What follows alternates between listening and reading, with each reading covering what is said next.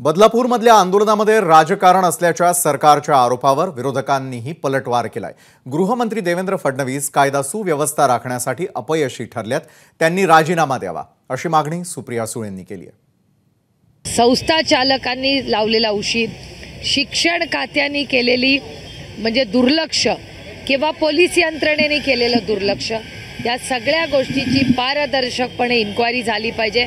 पण पोलिसांच्या बदल्या करून प्रश्न सुटणार नाही, ही नैतिक जबाबदारी गृहमंत्र्यांनी घेतली पाहिजे। काय गुन्हे दाखल करायचे ते करा। मी पोलीस स्टेशनच्या समोर बसून आहे, मी निशस्त्र आहे, मी निहत्ती आहे, मी तुम्हाला इझिली अवेलेबल आहे। तुम्ही मला काय माझ्यावर कारवाई करायची ती करा, मारा, तोडा, गोळ्या घाला, नाहीतरी तुम्ही ठोकून काढायचे आदेश दिलेत गृहमंत्री साहेब, तेवढे तुम्हाला ठोकून काढायचे का बघा, तुम्ही तेही करून बघा। आता विरोधी पक्षाला राजीनामा मागितल्याशिवाय काही कामच राहिलं नाही। त्यांनाही माहीत झालं आहे की महाराष्ट्राच्या सरकारने एवढं चांगलं काम केलं आहे की महाराष्ट्राच्या 14 कोटी जनतेला महायुती सरकार मान्य केलं आहे। पुढेही हे सरकार प्रचंड बहुमताने येईल अशी मान्य झालं आहे लोकांना। जेव्हा पायाखालची वाळू घसरायला लागली तेव्हा राजीनाम्याच्या गोष्टी करताय।